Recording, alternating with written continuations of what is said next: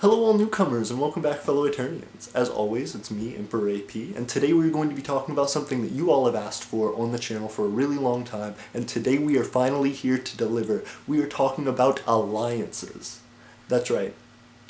For a long time you all have asked us about alliances on the channel and what our opinions are, whether we want to accept or decline yours. All of those questions will be answered because we are doing this in a 3-part series. So just like our micronational economics videos, check those out if you haven't, we are going to be breaking this up into what is an alliance, our definition of alliance, which leads into our second video of what an alliance is for us, whether we would accept or decline alliances, how we might go about drafting an alliance, and all the details that come into alliances dealing with us specifically. And then finally in our third video we are going to talk about our past with alliances, our present with alliances, and our future with alliances as well. So you all can check that out in that 3-part series that's going to be coming up. Today is the first video and we are talking about what is an alliance. So an alliance, as defined by the Empire of Aeternia, and I think to a more generalized definition as well,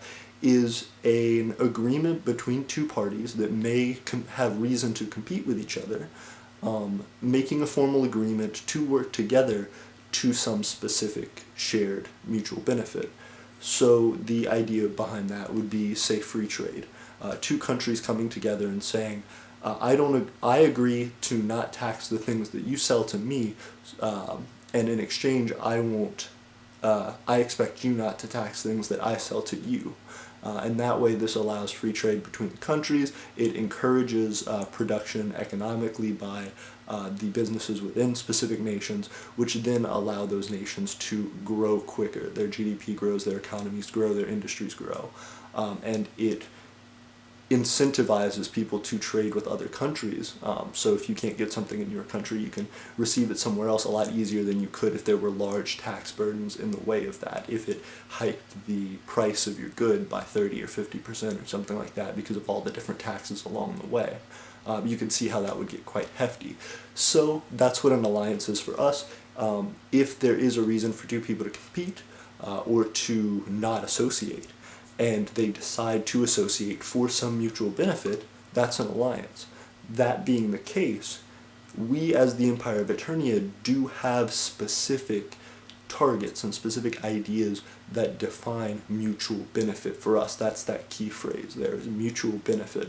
So for some micronations that may be knowing each other, extending a hand in relations, being able to say, well, I know this nation, I interact with this nation, having the privilege of working with this nation is an alliance. So by that definition, any two nations that begin talks with each other, start associating, are considered allies, are considered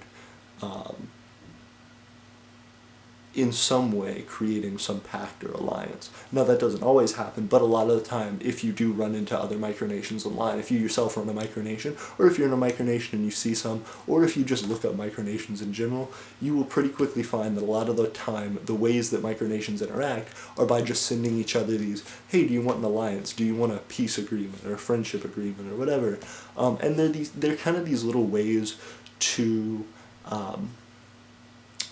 allow a group of micronations to essentially say that they know each other and affiliate.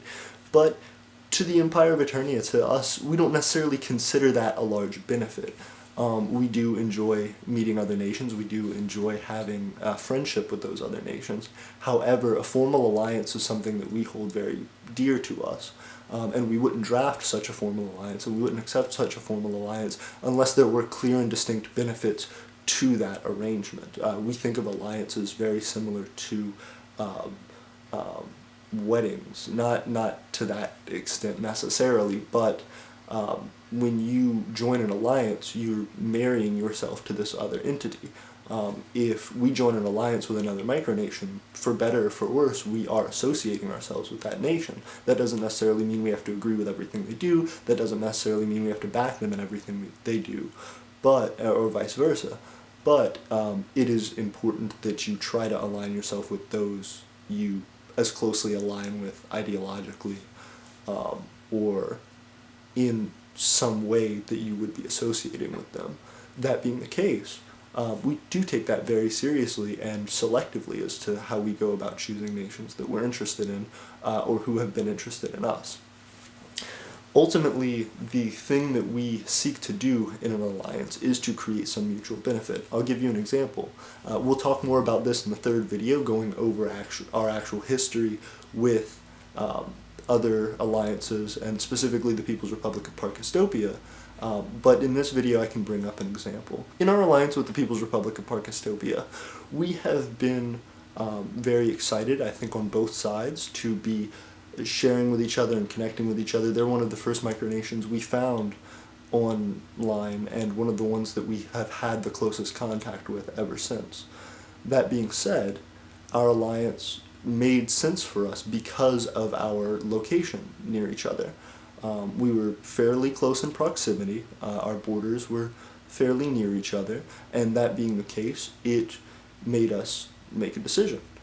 Do you have this opportunity, have another micronationalist this close to you, and have the ability to start creating larger amounts of manpower, being able to start producing larger projects and getting more exciting things done with your nation? Do you pass up that opportunity for growth just to say that you don't agree with someone ideologically, or that for whatever reason your standards are too tight or too loose or whatever? If you don't take that opportunity as a micronationalist, you're hurting your chances at growing very severely. So Parker reached out to me, General Secretary Brissett, and I extended a hand back. We ended up meeting, we had a great time, and ultimately that led to an alliance that has given us, at very least, a good amount of interaction and understanding between our nations, and at most has given a solid foundation to begin economic work on and to begin large industrial work on, so long as both parties agree and are interested in moving in that direction. But that is the ultimate description of what an alliance is for us. Not only is it a thing to find incentive through, something to allow you to partner with someone, some benefit as to partnering with someone, but it also turns into a long-term plan, an investment plan with that other nation. If we say we, the Empire of Aeternia, are going to be allying with insert name here, that means that we are planning out a future in how we can develop that relationship with them, how we can grow our ability to work with their needs and their interests and their strengths, and with supplementing their weaknesses in order to create a larger unit as a whole. If we are going to put our manpower and our hierarchy in line with a larger group, it must be for a purpose that we believe is truly worth it. We're giving up a lot. We're giving up certain time freedoms that we may have, certain monetary freedoms, certainly, and really putting our all into making this work because we believe that it will provide more benefit to our people and to our nation as a whole in the long term. That an alliance makes us stronger and doesn't hold us back. That is the ultimate thing that I hope is a takeaway from this video. And I understand for a lot of micronationalists, that's not at all how you operate. You want to extend that hand of friendship. You want to be able to interact with as many nations as possible and consider yourself allied with as many as possible to just get that support, to get that community built. And that is a great way to do it, and it is important to build that. But I only suggest that you do that in other ways, because as of the moment, as of the way that it seems to be going, not a lot of economic progress is made in micronationalism, and that could be a one-sided look at things. That could be something that doesn't seem to be very accurate to some, but I think most of us would agree that there isn't a lot of economic incentive to get into micronationalism. People aren't doing this as full-time careers, more than likely, with maybe an exception. The thing that's interesting about that is that it's definitely possible. There are benefits, economic, financial benefits, as well as others, for being a micronationalist. There are things that people can get out of it if they were able to build it up large enough. But there are difficulties and there are obstacles to overcome through that. But that being the case, it is not a complete deterrent. You can still use these tools that we have, such as alliances, to be of great benefit and to allow you to grow. But the way to do that is very tactfully. In my opinion, alliances shouldn't be a fix-all. They shouldn't be a glue that you just spray on everything. They are a permanent bond. They are an extreme gorilla glue, super glue, extreme hold type thing. If you create an alliance, you should stick with it, and you should expect to grow it and to make it something that aligns with your future.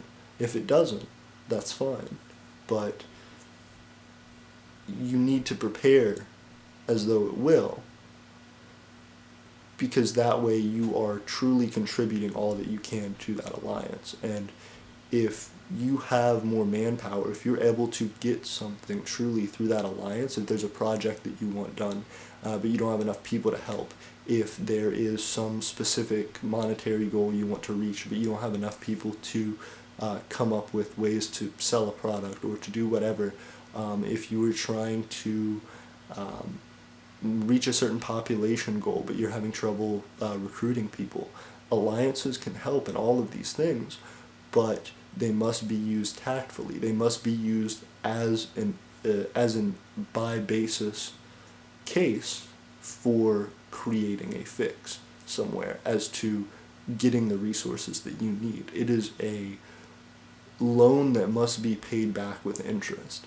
It is a way to bond yourself to a nation by asking for them to promise something.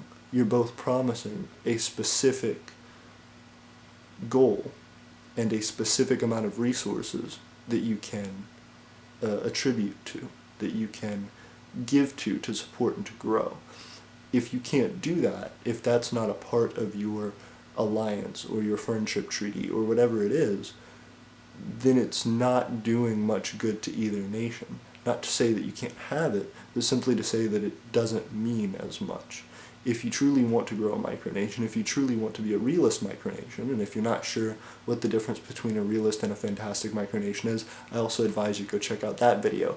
But understanding what that means is really important, and knowing the differences between what can grow your nation and what can be something to project you into the future, whatever your goals and aspirations may be, versus something that's going to project an image of success but may not actually be providing concrete benefit, is a really, really important thing to consider when you're building a micronation and when you're agreeing to or contemplating any large moves like that for your nation. That being the case, I can't wait to see you all in the next video, and happy holidays.